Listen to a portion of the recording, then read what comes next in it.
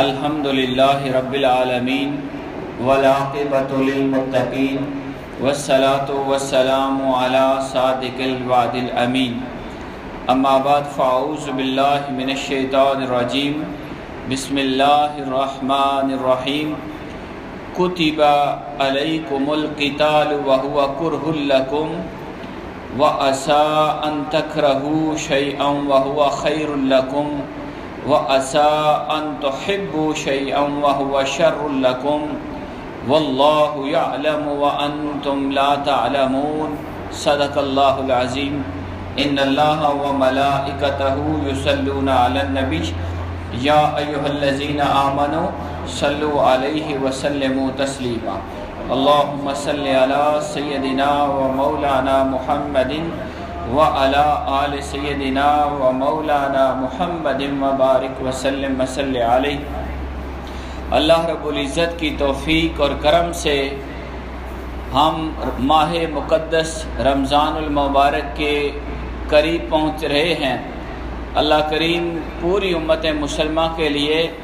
آنے والے اس مقدس ماہ کو برکتوں، سعادتوں اور بخششوں کا ذریعہ بنائے۔ آج موضوع 216 نمبر آیت ہے سورہ بقرہ کی۔ اس سے پچھلی آیت میں ہم نے اللہ رب العزت کے احکام میں سے ایک حکم پڑھا تھا جس میں مال خرچ کرنے کے حوالے سے جب لوگوں نے پوچھا کہ کیا خرچ کریں، لوگ پوچھنے لگے یسألونک ماذا ينفقون، حضور سے جب پوچھا گیا کہ ہم کیا خرچ کریں اور کس پر خرچ کریں، تو اللہ رب العزت نے اس کی تفصیل بتا دی۔ کہا کہ تم اپنے خیر یعنی نیک اور پاک مال میں سے خرچ کرو، لیکن ترتیب یہ ہونی چاہیے کہ اولا اور افضل اور بہتر طریقہ یہ ہے کہ تم اپنے ماں باپ کے اوپر خرچ کرو، فللوالدین ماں باپ کے لیے، والاقربین رشتہ داروں کے اوپر خرچ کرو، اور اس طرح پھر یتیموں، مسکینوں اور مسافروں کا حق بیان کیا گیا۔ تو یہ جو پچھلی آیت ہم نے پڑھی اس میں مال خرچ کرنے کے بارے میں اللہ پاک نے ہمیں فرمایا، اور ساتھ ہی میں نے یہ بھی گزارش کر دی تھی کہ یہ جو پچھلی آیت ہے جس میں مال کے خرچ کرنے کے لیے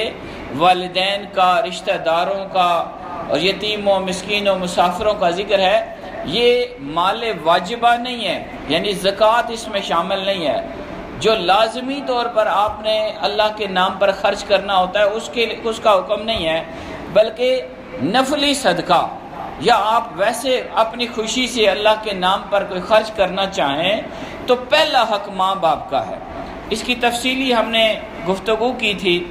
تو پچھلی آیت میں مال خرچ کرنے کا ذکر تھا، آج کی جو ہمارا موضوع 216 نمبر آیت ہے اس میں جان اللہ کے نام پر قربان کرنے کا حکم ہے۔ اللہ کریم ارشاد فرماتا ہے کتب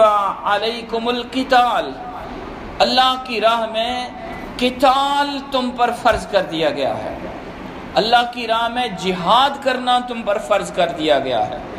اللہ کی راہ میں اپنی جان قربان کرنا تمہارے اوپر فرض قرار دیا گیا ہے۔ کتبہ بمعنی فرضا، یعنی یہ فرض ہو گیا ہے۔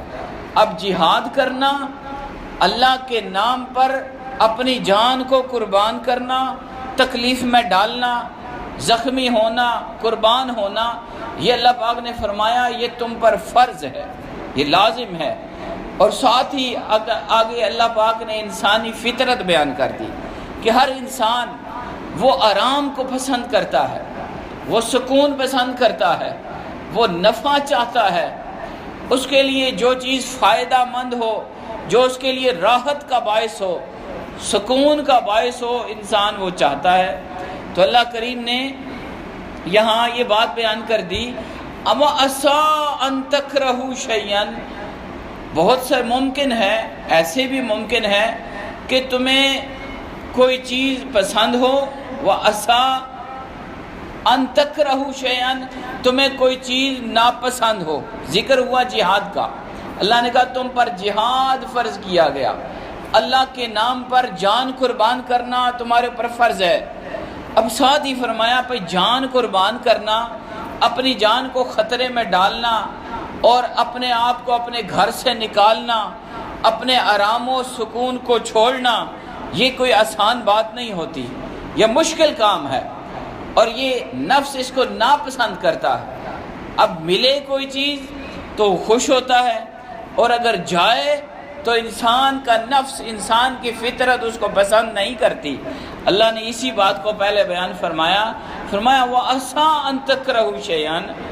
ممکن ہے کہ تم کسی چیز کو ناپسند کرو، لیکن وَهُوَ خَيْرٌ لَكُمْ، وہ تمہارے لیے بہتر ہو۔ ایسے ہو سکتا ہے کہ انسان کسی چیز کو چاہتا ہے، اس کی خواہش ہے مجھے دنیا مل جائے، میرا نام بڑا ہو جائے، مجھے دولت زیادہ مل جائے، مجھے ایسے مل جائے، یہ ہو جائے۔ تو انسان بہت ساری خیر کی جو چیز شکلیں ہیں، ان میں نام ہے، عزت ہے، مال ہے، اولاد ہے، بہت ساری دنیا کی معاملات ہیں، تو انسان ان کو چاہتا ہے۔ لیکن اللہ فرماتا ہے ممکن ہے کہ انسان کی چاہت، انسان کی محبت اور انسان کی جو خواہش ہے وہ اس کو ایسے کام کی طرف لے جائے جو اس کے حق میں بہتر نہ ہو۔ وَعَسَىٰ أَن تَكْرَهُوا شَيْئًا، مثال یہ سامنے رکھیں کہ یہاں اللہ پاک جہاد کا حکم دے رہا ہے کہ لوگوں تم میرے نام پر، میرے نام کو سر بلند کرنے کے لیے اپنی جان کو قربان کرو۔ اب یہ چیز ناپسند ہوگی تمہاری جانوں کو، تو یہاں اللہ نے فرمایا کہ ممکن ہے جو تمہاری جان ناپسند کرے، تمہارا نفس اسے نہ چاہے، لیکن وہ تمہارے لیے بہتر ہو۔ اور پھر ساتھ ہی فرمایا وَعَسَىٰ أَن تُحِبُّوا شَيْئًا، ممکن ہے تمہیں کچھ چیزیں پسند ہوں، لیکن وَهُوَ شَرٌّ لَكُمْ، وہ تمہارے لیے شر کا باعث ہوں، تمہارے لیے خیر کا باعث نہ ہوں۔ آخر میں اللہ کریم نے وہ راز کھولا، فرمایا وَاللَّهُ يَعْلَمُ، اللہ ہی بہتر جانتا ہے، وَأَنْتُمْ لَا تَعْلَمُونَ، اور تم بالکل نہیں جانتے کیا تمہارے لیے بہتر ہے اور کیا تمہارے لیے بہتر نہیں ہے۔ اب یہاں بھی ایک فطری باتیں ہیں، میں آگے جا کے کروں گا، لیکن شروع میں آپ کو یہ بتانا ضروری سمجھتا ہوں کہ یہ جو آیت مبارکہ ہے جس میں جہاد کا حکم آیا، یہ پہلی دفعہ مسلمانوں کو جب وہ مکہ سے مدینہ گئے تو حکم جہاد ملا۔ جب تک مسلمان مکہ میں رہے جہاد کا حکم نہیں تھا، بلکہ اس وقت صبر کا حکم تھا، ہاتھوں کو روک کر رکھنے کا حکم تھا، اور اس وقت تیاری کا حکم تھا۔ لیکن جب مسلمان مدینہ منورہ چلے گئے اور ان کو اجتماعیت ملی، طاقت ملی، اور مسلمانوں کو تھوڑا سا عروج ملا، اس وقت اللہ پاک نے اب حکم ارشاد فرمایا کہ مسلمانوں اب تمہیں یہ حکم دیا جا رہا ہے کہ تم اللہ کے نام پر اپنی جان کو قربان کرو۔ لیکن ساتھ یہ بات بھی ذہن میں رہنی چاہیے جو آج کے دور میں بہت بڑی بحث ہے کہ اسلام جتنا پھیلا یہ تلوار کی زور پہ پھیلا ہے، زبردستی لوگوں کو مسلمان کیا گیا، جبکہ یہ بات درست نہیں۔ اسلام کا یہ مزاج ہی نہیں ہے کہ کسی کے ساتھ زبردستی کی جائے۔ اسلام سلم سے ہے، امن سے ہے، سلامتی سے ہے، محبت سے ہے۔ اسلام کا پیغام ہی ایسا ہے کہ جو خود بخود دل میں اترتا ہے، اس کو زبردستی لاگو نہیں کیا جاتا اور نہ ہی اس کی اجازت دی جاتی ہے۔ اب آپ پچھلی جنگوں کا اگر حالات پڑھیں تو آپ نے سنا ہوگا کہ جب بھی کفار کے ساتھ جنگ ہوتی تو اسلام کے ماننے والے مسلمان ان کو دعوت حق دیتے اور انہیں کہتے بھئی ہمارا تمہارے ساتھ ذاتی جھگڑا نہیں ہے، ہم تمہیں مارنا نہیں چاہتے، نہ ہم تمہارے ساتھ لڑائی کرنا چاہتے ہیں، ہمارا تمہاری ساتھ ذاتی کوئی دشمنی نہیں ہے، بس ہمارا ایک پیغام ہے، دعوت حق ہے کہ تم اللہ وحدہ لا شریک کو ماننے والے بن جاؤ، بس خدا کو ماننے والے بن جاؤ، دین اسلام کی تعلیمات کو اپنا لو، ہماری لڑائی ختم، ہمارا جھگڑا ختم، ہمارا تمہارے ساتھ کوئی جھگڑا نہیں۔ اور اس طرح اگر کوئی سامنے والا کافر یا مقابل وہ دعوت قبول کرتا، جھگڑا ختم ہو جاتا تھا، لڑائی نہیں ہوتی تھی۔ اور اسی طرح اگر کوئی کافر یا کافروں کا گروہ یا بہت سارے کافر آپ کے مسلمان ملک میں رہنا چاہیں تو اسلام اس کی اجازت دیتا ہے، اور انہیں اپنے مذہب کے مطابق زندگی گزارنے کی اجازت ہے، لیکن ایک شرط ہے۔ شرط کیا ہے؟ کہ وہ اگر مسلمانوں کے ملک میں رہنا چاہیں گے تو ان کے اوپر جزیہ ایک ٹیکس ہے جو کافروں کے لیے خاص طور پر ہے، کہ وہ مسلمانوں کی زمین کو استعمال کریں گے، ان کے ماحول کو استعمال کریں گے، اس کے بدلے میں وہ جزیہ ٹیکس دیں گے، پھر وہ اپنی مرضی کے مطابق اپنی دین کے مطابق زندگی گزار سکتے ہیں۔ یہ دو دلائل میں نے آپ کو دیے جو یہ ثابت کرتے ہیں کہ اسلام نے کسی کو زبردستی مسلمان نہیں کیا۔ اگر اسلام مسلمان زبردستی دوسروں کو اسلام کی طرف لاتے تو پھر ٹیکس لے کر ان کو اپنے مذہب کے مطابق زندگی گزارنے کی اجازت نہ دی جاتی، بلکہ یہ حکم دیا جاتا کہ اگر ہمارے ساتھ اس سرزمین پر رہنا ہے تو مسلمان بن کر رہنا ہے، ورنہ تمہیں رہنے کی اجازت نہیں۔ اسلام نے یہ جو جزیہ ٹیکس کی ایک قسم ہے یہ کافروں کے لیے خاص کی، اور یہ اپنا مزاج دکھایا کہ اسلام کسی کے ساتھ زبردستی نہیں کرتا۔ لا اکراہ فی الدین، دین اسلام میں کوئی زبردستی نہیں ہے، بلکہ یہ ایک محبت کا دین ہے، یہ پیار کا دین ہے، یہ اسلام سلامتی کا دین ہے، یہ لوگوں کی بھلائی کا دین ہے، یہ ہمدردی کا دین ہے، یہ دوسروں کے لیے اچھا چاہنے کا دین ہے، یہ ایک دوسروں کے لیے ہمدردی اور پیار کرنے کا دین ہے، یہ کسی کو تنگ نہیں کرتا۔ اسی لیے اسلام کے مزاج کے اندر پیار اور محبت کا عنصر وہ غالب ہے، لیکن جب اللہ کے نام کو سر بلند کرنے کے لیے عظیم مقاصد کے لیے جنگ کرنی پڑے تو اللہ کی طرف سے پھر یہ حکم ہمیں دیا گیا ہے کہ تم اے مسلمانوں کتب علیکم القتال، تمہارے اوپر قتال کرنا، جنگ کرنا یہ فرض کیا گیا ہے۔ اب جو جنگ ہے جس کو ہم جہاد کہتے ہیں، جہاد جو کرنا اللہ کے نام کو سر بلند کرنے کے لیے کافروں کا مقابلہ کرنا، اپنی جان مال لٹانا اور دین اسلام اور اللہ کے نام کو سر بلند کرنا، اس کے کئی مقصد ہیں۔ خام خواہ اپنے وطن کو بڑھانے کے لیے یا اپنی طاقت دکھانے کے لیے یا اپنا زور دکھانے کے لیے جنگ نہیں کی جاتی اسلام میں۔ اسلام میں جہاد ہے، جنگ نہیں ہے، یہ فرق یاد رکھیے گا۔ میں اس کو بعد میں بیان کرنا چاہتا تھا لیکن ابھی کر دیتا ہوں کہ اسلام کے اندر جنگ نہیں ہے، لڑائی نہیں ہے، بلکہ جہاد ہے۔ جنگ کے لیے عربی لفظ بولا جاتا ہے حرب۔ حرب ہوتا ہے جنگ، لڑائی، جھگڑا، مارنا، جبکہ جہاد کا معنی اس سے مختلف ہے۔ جہاد اور جنگ کے معنی میں بہت سارا اختلاف ہے۔ اب جنگ کی جاتی ہے اپنا زور دکھانے کے لیے، اپنے طاقت دکھانے کے لیے، دوسروں کا مال لوٹنے کے لیے، دوسرے کی زمینوں، علاقوں، جائیدادوں پر قبضہ کرنے کے لیے، دوسروں کے وسائل، پٹرول پر، سونے پر، بڑی بڑی معدنیات کو اپنے قبضے میں لانے کے لیے یہ جنگ ہوتی ہے، یہ جھگڑا ہوتا ہے، اور اس جنگ کا مقصد فتنہ و فساد ہوتا ہے۔ جبکہ اسلام کے مزاج میں یہ بات نہیں، اسلام جنگ نہیں کرتا، اسلام جہاد کرتا ہے۔ جنگ کا مقصد فتنہ بڑھانا ہوتا ہے،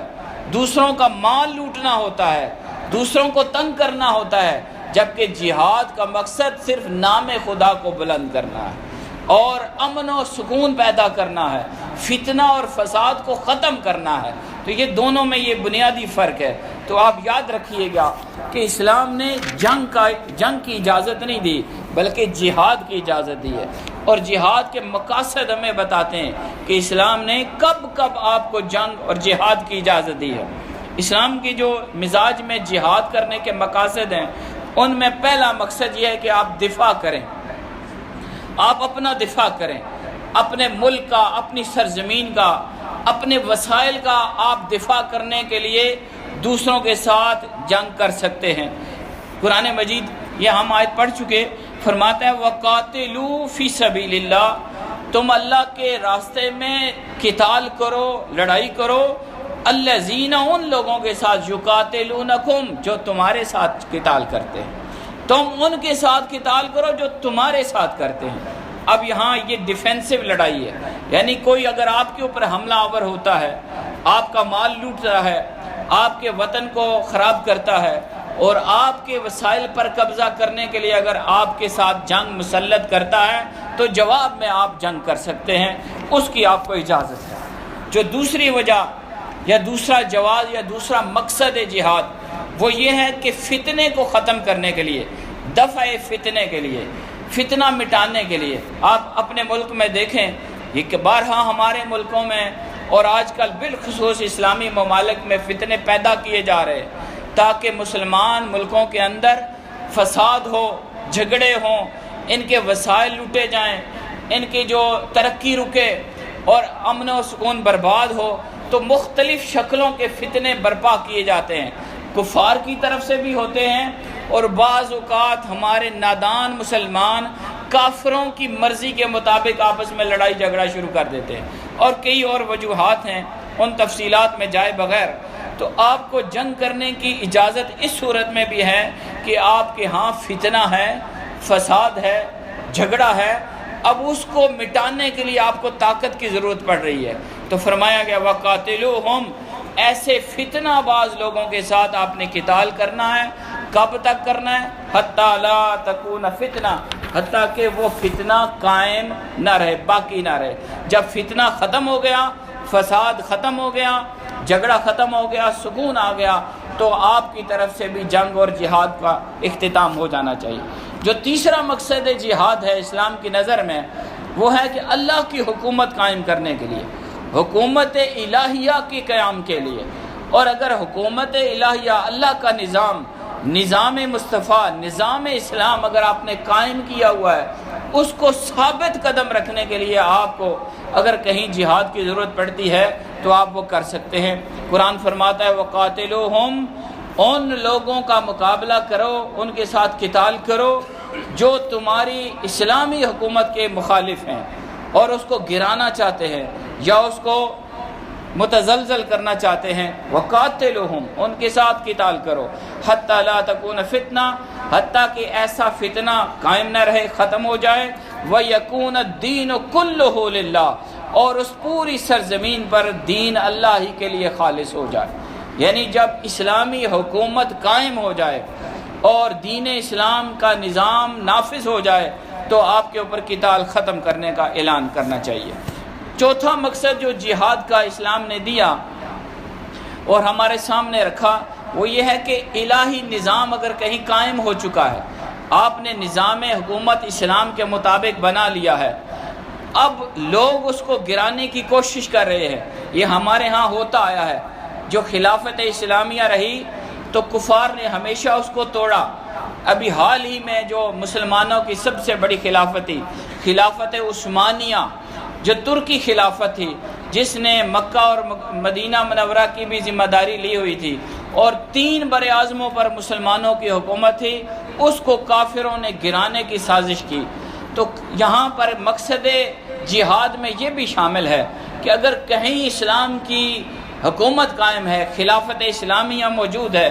تو ایسی صورت میں اگر کوئی دشمن اس کو گرانے کی کوشش کرتا ہے یا اس کے اندر کوئی خلل ڈالنے کی کوشش کرتا ہے اور امن کے راستے میں وہ رکاوٹ ہے تو آپ ان کے ساتھ جہاد کریں گے۔ قاتل الذین لا یؤمنون باللہ ولا بالیوم الآخر، ان لوگوں سے بھی قتال کرو جو ایمان نہیں لاتے اللہ پر، قیامت کے دن پر، ولا یحرمون ما حرم اللہ ورسولہ، اور ان چیزوں کو حرام نہیں مانتے جن کو اللہ اور اس کے رسول نے حرام قرار دیا ہے، ولا یدینون دین الحق، اور وہ اہل کتاب ہوتے، من الذین اوتوا الکتاب، اہل کتاب ہو کر بھی، کتاب کی تعلیم اپنے پاس رکھنے کے باوجود کہ انہیں اللہ کی طرف سے الہامی دین مل چکا، لیکن پھر بھی وہ دین حق کو اپناتے نہیں، دین کا خیال نہیں کرتے، تو ان کے ساتھ بھی آپ جہاد کریں گے۔ حتیٰ یؤتوا الجزیہ عن ید وہم صاغرون، یہاں تک کہ وہ اپنے ہاتھوں سے ذلت کے ساتھ تمہارے سامنے جزیہ پیش کریں اور جزیہ پیش کرنے پر آمادہ ہو جائیں۔ یہ صورت میں نے پہلے دلیل کے طور پر دے دی تھی کہ اگر کوئی کافر آپ کے پاس رہنا چاہے تو آپ اس کو اجازت دیں گے جزیہ لے کر، ایک ٹیکس لیں گے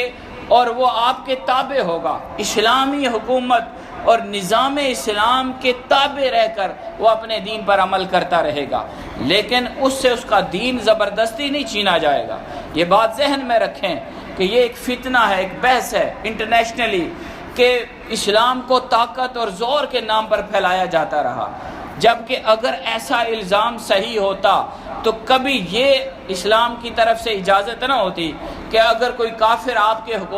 حکومت میں، آپ کے ملک میں، آپ کی سرزمین پر رہنا چاہے تو آپ اس کو اجازت دے سکتے ہیں، لیکن ٹیکس لے کر، جزیہ لے کر۔ تو یہ بھی ایک قسم ہے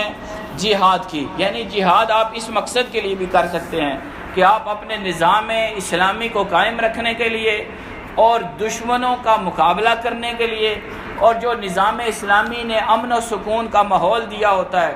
اس کو بچانے کے لیے اگر کوئی رکاوٹ آتی ہے، کوئی کافر یا کوئی دشمن اسلام آپ کے ہاں وہ خلل پیدا کرتا ہے، آپ اس کے ساتھ جہاد کریں گے۔ انسداد ظلم کے لیے بھی جہاد کیا جا سکتا ہے، یعنی اگر کہیں ظلم کا نظام قائم ہو گیا ہے اور غریبوں کے ساتھ، محتاجوں کے ساتھ اور بچوں کے ساتھ، عورتوں کے ساتھ ظلم ہو رہا ہے، اور آپ اس ظلم کو روکنے کے لیے آپ کے پاس کوئی اور آپشن نہیں تو آپ جہاد کریں گے۔ قرآن فرماتا ہے وَمَا لَكُمْ لَا تُقَاتِلُونَ فِي سَبِيلِ اللَّهِ، تمہیں کیا ہو گیا ہے، تم کیوں جہاد نہیں کرتے، کیوں جنگ نہیں کرتے، کیوں قتال نہیں کرتے فی سبیل اللہ، اللہ کے راستے میں، وَالْمُسْتَضْعَفِينَ مِنَ الرِّجَالِ وَالنِّسَاءِ وَالْوِلْدَانِ، اور حالانکہ کمزور لوگ مردوں میں سے، عورتوں میں سے، بچوں میں سے، الذین یقولون، وہ یہ دعائیں کر رہے ہیں ربنا اخرجنا من هذه القرية الظالم اهلها، اے اللہ ہمیں اس سرزمین سے نکال دے کہ جن کے رہنے والے ظالم ہیں۔ اس کی مثال آپ موسیٰ علیہ السلام کے زمانے کی بھی لے سکتے ہیں اور مکی دور کی بھی لے سکتے ہیں کہ موسیٰ علیہ السلام کے زمانے میں جو ظلم ہوتا تھا بنی اسرائیل کے ساتھ، ان کے بچوں کو ذبح کر دیا جاتا۔ جیسے پتہ چلتا کہ بنی اسرائیل کی کسی گھر میں بچہ پیدا ہوا، فوراً ظالم حکمران کے نمائندے آتے، بچہ لے جاتے اور اس کو ذبح کر دیا اور ان کی بچیوں کو چھوڑ دیا جاتا۔ یہ ایک ظالمانہ سسٹم تھا۔ پھر موسیٰ علیہ السلام کو اللہ نے یہ طاقت عطا کی کہ انہوں نے بنی اسرائیل کو اس علاقے سے نکال کر دوسری جگہ لے کر گئے۔ تو یہاں یہ بھی ایک طریقہ ہے کہ اگر آپ کو جہاد کرنا ہے اور صورتحال یہ ہے کہ آپ کے اہل و عیال، بچے، عورتیں، مرد کمزور ہیں اور ان کے ساتھ ظلم کا طریقہ ہے، تو آپ اس ظلم کو ختم کرنے کے لیے جہاد کا راستہ اختیار کرتے ہیں۔ اسی طرح اگر کسی گروہ نے آپ کے ساتھ عہد شکنی کی ہو، آپ کا معاہدہ ہوا اس کے ساتھ امن و سکون کا، اور وہ معاہدہ توڑ دیتا ہے تو آپ اس کے ساتھ جہاد کر سکتے ہیں۔ اور کئی صورتیں ہیں۔ ایک صورت یہ ہے کہ اگر حق کی راہ میں کوئی بھی رکاوٹ آتی ہے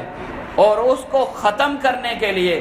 آپ کے پاس جہاد کے علاوہ کوئی طریقہ نہیں تو آپ تلوار اٹھا کر طاقت سے اس کو ختم کریں گے۔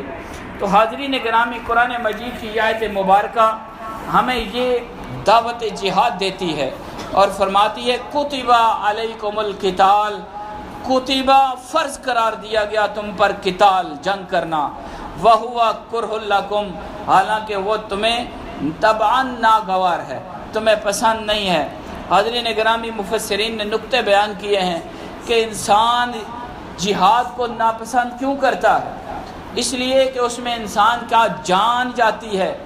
انسان زخمی ہوتا ہے، اس کا مال جاتا ہے، اس کا سکون جاتا ہے۔ تو جو چیزیں نفس کے آرام میں رکاوٹ بنتی ہیں، انسان کا نفس اس کو پسند نہیں کرتا۔ اب اس بات کو سمجھیے گا، یہ جو قانون اللہ پاک دے رہا ہے یہ صرف جہاد کے ساتھ نہیں ہے، یہ ہماری پوری زندگی کے اندر یہ نافذ ہو رہا ہے۔ فرمایا جو چیزیں تم پسند کرتے ہو ممکن ہے وہ تمہارے لیے خیر نہ ہو، اور جو تم ناپسند کرتے ہو سکتا ہے وہ تمہارے لیے خیر کا باعث ہو۔ قرآن مجید کے اس فلسفے کو آپ اپنی زندگیوں کے اندر نافذ کریں اور اپنی مرضیوں اور اپنی منشا اور اپنی خواہشات کے اوپر لگائیں، تو آپ کو پتہ چلے گا کہ انسان کا نفس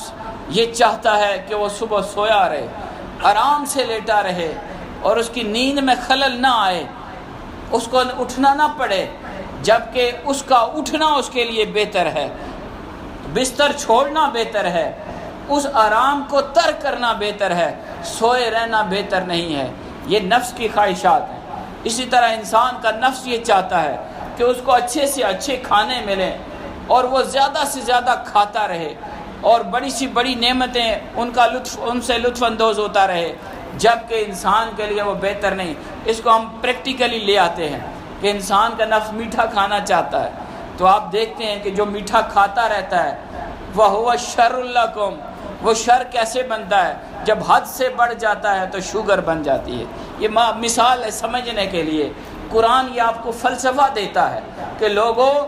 جب تمہارا نفس تمہیں ایسے کاموں کی طرف لگائے جو آرام کا باعث ہوں، سکون کا باعث ہوں، اور مقابلے میں خدا کا حکم ہو، اور تم خدا کا حکم چھوڑ کر اپنے نفس کی بات کی طرف آؤ، تو یاد رکھنا پھر تم خسارے میں رہو گے، نفع میں نہیں رہ سکتے۔ قرآن مجید کی آیت سنیے، فرمایا کتب علیکم القتال، تمہارے اوپر قتال کرنا، جنگ کرنا یہ تمہارے اوپر فرض ہے، وَهُوَ كُرْهٌ لَكُمْ، اور یہ تمہیں ناپسند ہو رہا ہے، وَعَسَىٰ أَن تَكْرَهُوا شَيْئًا، یہ یاد کر لیں۔ اللہ پاک فرماتا ہے ممکن ہے تم کسی چیز کو ناپسند کرو، وَهُوَ خَيْرٌ لَكُمْ، وہ تمہارے لیے بہتر ہو۔ حاضرین گرامی، آخری پیغام اس آیت کا یہ ہے، وَعَسَىٰ أَن تُحِبُّوا شَيْئًا، ممکن ہے تم کچھ چیزوں کو پسند کرو، وَهُوَ شَرٌّ لَكُمْ، اور وہ تمہارے لیے خیر کا باعث نہ ہوں، وہ تمہارے لیے شر ہوں، نقصان دہ ہوں۔ حاضرین گرامی، جب سے اسلام کے ماننے والوں نے جہاد کی اس فرضیت کو اس طرح ماننے سے انکار کیا، آج دنیا ہمارے اوپر غالب آ چکی ہے اور مسلمان مغلوب ہو چکے ہیں۔ جب سے مسلمانوں نے اللہ کے نام پر جان قربان کرنے کو چھوڑا ہے اور اس راستے کو ترک کیا ہے، تب سے دوسرے غالب آ رہے ہیں، کافر ترقی کرتے جا رہے ہیں، اور دوسری حکومتیں، دوسرے ملک وہ ہمارے اوپر چھائے جا رہے ہیں، اور ہم اپنے گھروں میں رہ کر ان سے ڈر رہے ہیں۔ اس کی وجہ یہ ہے، قرآن واضح کرتا ہے لوگوں جہاد فرض ہے تمہارے اوپر، اور یہ تمہیں ناپسند ہو رہا ہے۔ اگر آج بھی ہم اسلام کے اس پیغام کو اپنا لیں اور جہاد کے طریقے کو لے لیں اور اللہ کے حکم کے مطابق اللہ کے نام کو سر بلند کرنے کے لیے کفار کے مقابلے میں آ جائیں، یہ بھی یاد رکھیے گا آج کے دور کے فتنوں میں یہ بھی ایک فتنہ ہے کہ جہاد کے نام پر مسلمان کو مسلمان سے لڑایا جا رہا ہے، یہ بھی یاد رکھنا ہے۔ جہاد، جنگ کفار کے لیے ہے۔ جتنی بھی آیات ہیں آپ ان کو پڑھیں تو آپ کے سامنے واضح ہوگا کہ یہ جہاد کافروں کے ساتھ ہے، اللہ کے ذات کا انکار کرنے والوں کے ساتھ ہے، اسلام کے دشمنوں کے ساتھ ہے۔ یہ نہیں کہ ایک فرقہ دوسرے فرقے کو غیر مسلم بنا کر اس کے خلاف جنگ کرنا شروع کر دے، ایسا نہیں۔ جب سے ہم نے یہ طریقہ اختیار کیا ہم کمزور ہو گئے، اور اللہ کریم کا یہ اصول ہے، لوگوں بہت ساری چیزیں تمہیں ناپسند ہوں گی لیکن وہ تمہارے لیے خیر کا باعث ہوں گی۔ اب کریں کیا؟ فیصلہ خدا دیتا ہے۔ اللہ فرماتا ہے واللہ یعلم، اللہ جانتا ہے، اللہ بہتر جانتا ہے تمہیں کیا کرنا ہے۔ اللہ تمہیں ہدایت دے رہا ہے، اللہ تمہیں راستہ دکھا رہا ہے، اللہ تمہیں حکم دے رہا ہے۔ اللہ کی آیات پڑھ پڑھ کر سنائی جا رہی ہیں کہ لوگوں اللہ بہتر جانتا ہے کہ تمہارے لیے جہاد کا راستہ بہتر ہے۔ اللہ تمہیں یہ بتا رہا ہے تمہارے لیے یہ بہتر ہے اور یہ بہتر نہیں۔ قرآن مجید کے اندر واضح حکم اللہ پاک نے ارشاد فرما دیے ہے کہ لوگوں یہ چیزیں تمہارے لیے حلال ہیں، یہ اپنا لو،